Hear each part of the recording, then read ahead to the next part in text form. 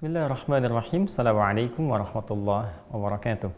Alhamdulillah wassalatu wassalamu ala Rasulillah wa ala alihi wa sahbihi wa man walah wa ba'd. Fa ya ahbaballahi wa ahbaba rasulih sallallahu alaihi wasallam, usi nafsi wa iyyakum bittaqwallahi faqad fazal muttaqun fala tamutunna illa wa antum muslimun.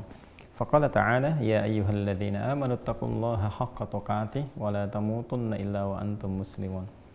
Saudara-saudariku, seluruh mahasantri di Ma'had Islam Rafiah Akhyar Mira, alhamdulillah kita bisa berjumpa kembali. Ini pertemuan yang mudah-mudahan selalu Allah berkahi untuk kita semuanya.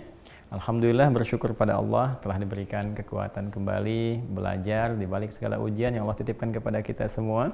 Kemarin sempat 3 pekan kurang lebih saya dalam masa pemulihan terkena tipes. Alhamdulillah Allah berikan kekuatan kembali dan kita bisa berinteraksi lagi dengan teman-teman di Mira.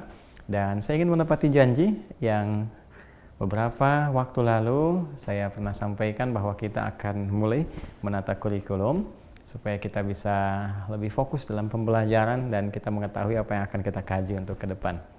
Karena itu langsung saja saya akan coba berikan beberapa gambaran apa yang coba akan kita kaji dalam Mira ini, sistem pembelajarannya seperti apa, dari berapa bagian yang telah kita uji cobakan, teman-teman juga sudah praktekkan, dan mudah-mudahan ada manfaat yang bisa kita dapati dari semua itu ya. Baik, saya akan berikan gambaran secara singkat ya tentang kurikulum yang akan kita pelajari. Seluruhnya akan mengeluarkan dari intisari ajaran Al-Quran yang Allah berikan kepada kita sebagai pedoman kehidupan, yang nanti akan diberikan bimbingan detailnya oleh petunjuk Rasulullah SAW yang diteruskan oleh para sahabat, para ulama sampai kepada kita, yang semua nilainya itu lintas masa, lintas zaman, lintas dimensi. Artinya kapanpun, dimanapun, dalam keadaan apapun, itu selalu akan sesuai dengan konteks kebutuhan kita dalam setiap pergantian zaman.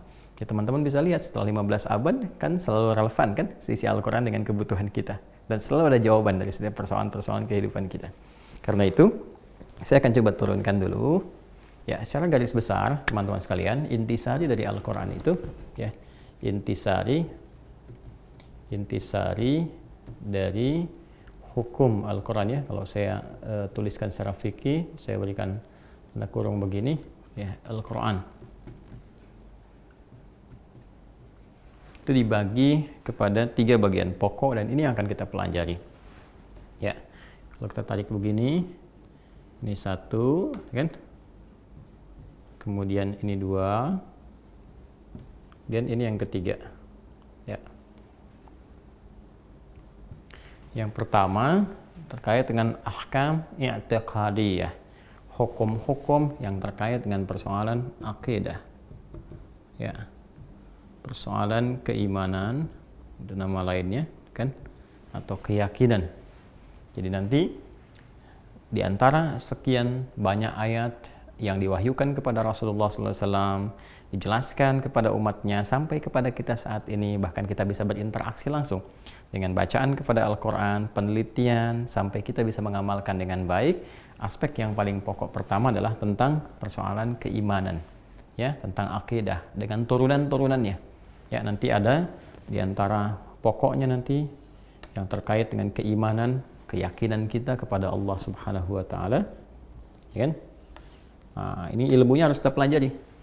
Karena kalau nanti yakin tanpa ilmu, hanya di lisan saja, itu umumnya mudah goyah. Ya, dikasih mie instan nanti hilang, ya luntur imannya. Dikasih sarung, kasih obat-obatan bisa luntur.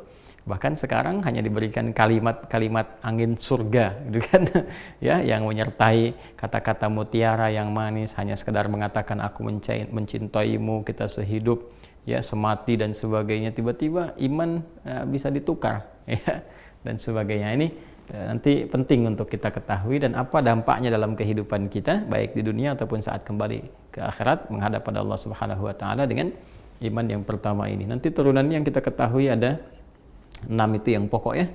Iman kepada Allah, iman kepada malaikat, gitu kan? Nah, nanti ada yang terkait dengan kitab ya, ada yang terkait dengan rasul, ada yang terkait dengan hari akhir, hari kiamat, gitu kan? Nah, atau hari akhir, dan yang terkait dengan qada plus qadar, kan? Qada dan qadar. Nah, ini yang disebut dengan rukun iman itu. Nanti ini akan dipelajari secara terperinci, kemudian juga ayat-ayatnya apa, lawannya apa. Nah, kadang kan kita misalnya membahas tentang iman kepada Allah, turunkan ya semua sifatnya, semua yang terkait dengan misalnya sifat rububiyahnya, itu kan, semua dengan sifat ketuhanannya atau uluhiyahnya, ya sifat-sifat yang mutlak ya disandang oleh Allah, nama-nama dan sebagainya. Namun ada yang luput, kita tidak belajar lawannya, ya lawannya. Ya Allah itu punya musuh, punya lawan, kan? Ya lawannya siapa? Nanti kita pelajari ya dalam bentuk nanti tagut. Nah, tagut nanti pecahannya siapa lagi ya? Diturunkan ke bawah. Ada mulai iblis nanti ke setan, ke terus turunan-turunan ke bawahnya. Karena itu orang-orang yang tidak mempelajari lawan dari sini, lawan itu maksudnya yang menentang Allah ya, yang bertentangan langsung dengan Allah Subhanahu wa taala. Kadang-kadang tak sadar terbawa dia. Ya, ketika Allah menyampaikan di Quran surah kedua Al-Baqarah ayat 257 misalnya, Allahu waliyyul ladzina amanu yukhrijuhum minadh dhulumati ilan nur wal ladzina kafaru awliya'uhum taghut. Siapa itu taghut tuh? Ya, apakah itu sifat, apakah itu kemudian sosok dan sebagainya, itu harus dipelajari supaya nanti nggak mudah memberikan tafsiran-tafsiran. Ini orang ini togut, negara ini togut, lalu terjadi peperangan macam-macam. Tahu-tahu itu ternyata togut bisikan ya, yang membuat kekacauan dan sebagainya. Nah, dan seterusnya. Nanti ini dipelajari ya. Ini pokoknya. Sampai ke dialektika perkembangan pasca itu ya, sampai muncul aliran-aliran A, B, C dan sebagainya, itu sebagaimana menyikapinya. Nanti aspeknya di sini. Kemudian yang kedua, ada yang terkait dengan akhlak ya. Al-ahkam al-khuluqiyah, akhlak. Nah, akhlak ini nanti 3 ajaran pokoknya yang paling utama ya. Yang pertama disebut dengan takhalli. Takhalli. Ini nanti kita belajar. Yang kedua ada tahalli. Ya, tahalli. Yang ketiga tajalli. Ini dia. Wah, ini indah sekali kata-kata ini. Ini ulama nih yang merangkum ini ya, orang ulama kita. Nanti ada takhalli, ini tuh kha, ha, jim. Kha, ha, dan jim. Tulisannya sama semua tuh, cuma beda di tengah nih. Takha, ini ha, ini jim. Ya, takhalli nanti apa yang dipelajari itu melepaskan sifat-sifat atau kemungkinan-kemungkinan jelek ya yang mungkin disandang atau dikerjakan oleh bagian dari tubuh kita dari ujung kepala sampai ujung kaki. Ya, makanya nanti akan kita temukan ayat-ayat yang menata lisan kita supaya tidak berdusta, tidak gibah dan sebagainya. Itu tahalli, melepaskan dari sifat-sifat jelek sampai ke ujung kaki. Tahalli menghiasi dengan sifat-sifat baik. Ya, makanya nanti ada ayat-ayat membawa kita untuk adil, untuk jujur, untuk bisa bertutur yang mulia, melangkah dengan cara yang baik. Itu tahalli namanya. Sampai muncul tajalli, penampakan sifat-sifat baik akibat telah terhiasi dengan sifat-sifat mulia dan menjauh dari yang jelek itu. Nanti ayatnya apa tentang ini akan kita turunkan. Ya. Pelajarannya. Kemudian yang ketiga terkait dengan al-ahkam amaliyah ya, interaksi kehidupan kita. Interaksi kehidupan umumnya secara sosial. Ya. Ya, baik, atau kita tuliskan saja baik secara individu ataupun sosial. Nah, ini ada cabangnya lagi. Ya. Ada yang terkait nanti turunannya ada akhwal syakhsiyah. Ya. Akhwal pakai hak ya. Nah, ini ahwal syakhsiyah. Ahwal syakhsiyah.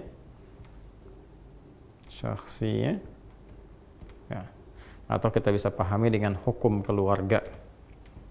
Nah, nanti yang mengatur hubungan suami dengan istri, kan? Kemudian termasuk dengan anak, terus ke atasnya ada ayah mertua, ibu mertua, hubungannya bagaimana dengan saudara, dengan saudari, ya, termasuk turunan nanti bukan hanya persoalan mahram tapi hukum waris dan sebagainya itu di sini nanti ya dipelajarinya. Nanti makanya banyak ayat-ayat yang menerangkan tentang itu. Dan yang kedua nanti ada misalnya ahkam madaniyah, ya, ahkam madaniyah.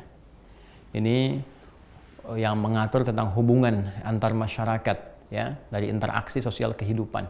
Misalnya ada pinjam meminjam, ya, tentang berhutang misalnya, atau nanti ya macam-macam lah interaksi yang terjadi antara kehidupan manusia satu dengan yang lainnya. Maka nanti ada ayat-ayat yang mengatur tentang jual beli bisnis, kan, yang mengatur tentang pinjam meminjam, yang mengatur tentang persoalan kehidupan satu dengan yang lainnya. Kemudian nanti misalnya ada yang terkait dengan jinayah. Nah, ini kan hukum-hukum yang mengatur tentang bagaimana mencegah perbuatan-perbuatan kriminal itu terjadi, sehingga nanti ada hukum-hukum misalnya terkait dengan qisas, ya, bagaimana kalau orang mencuri, apakah memang dipotong tangannya atau dipotong dengan munculnya hukum yang ketat supaya pencurian itu terpotong, ya kan? Bagaimana kalau terjadi pembunuhan, terjadi zina dan sebagainya, hukumannya seperti apa, ini jinayah namanya, ya.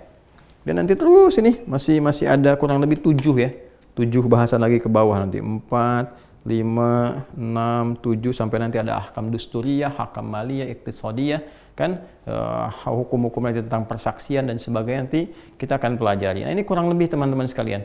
Yang ini nanti aspeknya fikih. Aspeknya fikih. Nah, di sini ada yang membagi dua di kalangan ulama. Jadi kalau yang ini akidah, ini akhlak, yang ini ada yang menyebutnya dengan muamalah, ya, muamalah. Nah, ini dibagi dua di sini. Ada yang disebut dengan muamalah dengan Allah, nanti ya disebut dengan ibadah. Nah, ya kan? Ada yang terkait dengan interaksi kita dengan Allah Subhanahu wa taala bentuk ibadah ritual seperti sholat, misalnya kan? Nah, nanti sholat, puasa, ya kan? Kemudian sampai ke haji dan umrah, ya kan? Dan seterusnya.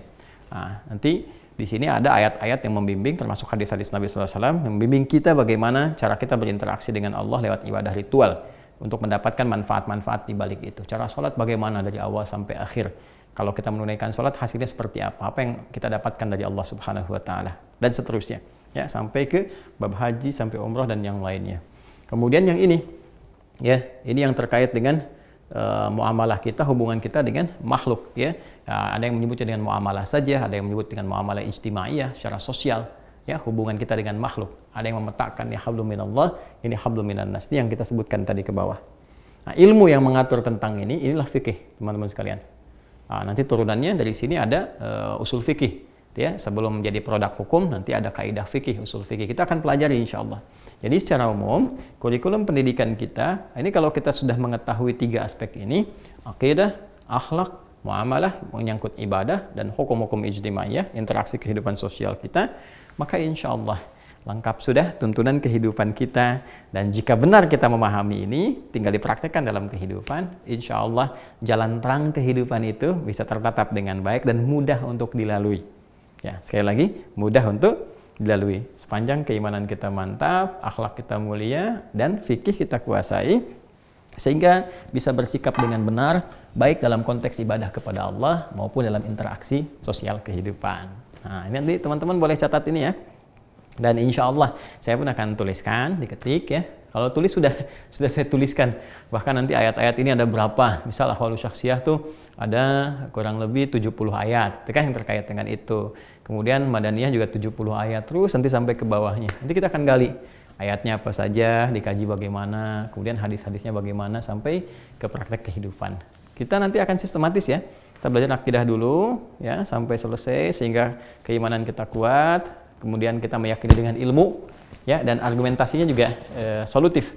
Dan nanti kita belajar juga kalau ada yang menyoal begini jawabannya apa, kalau ada soal begini jawabannya apa, ya, dari konteks dulu sampai dengan kekinian. Ini nanti ya. Setelah itu baru kita pindah dengan akhlak, atau nanti ada paralel kalau ada guru-guru lain juga yang nanti akan bersamaan, dan nanti ada juga hukum fikih yang kita kaji. Kurang lebih itu teman-teman di Mira. Ya, mudah-mudahan Allah berikan waktu yang lapang kita untuk belajar, sehingga lebih terukur dan bisa baik untuk disampaikan. Saya kira itu sebagai pengantar. Selamat berjuang untuk mendapatkan ridha Allah Subhanahu wa taala. Tetap konsisten dan komitmen karena tantangannya tidak mudah nanti saat kita belajar. Ya, semoga Allah mudahkan segala prosesnya dan kepada Allah kita bertawakal, mudah-mudahan diikhlaskan oleh Allah Subhanahu wa taala.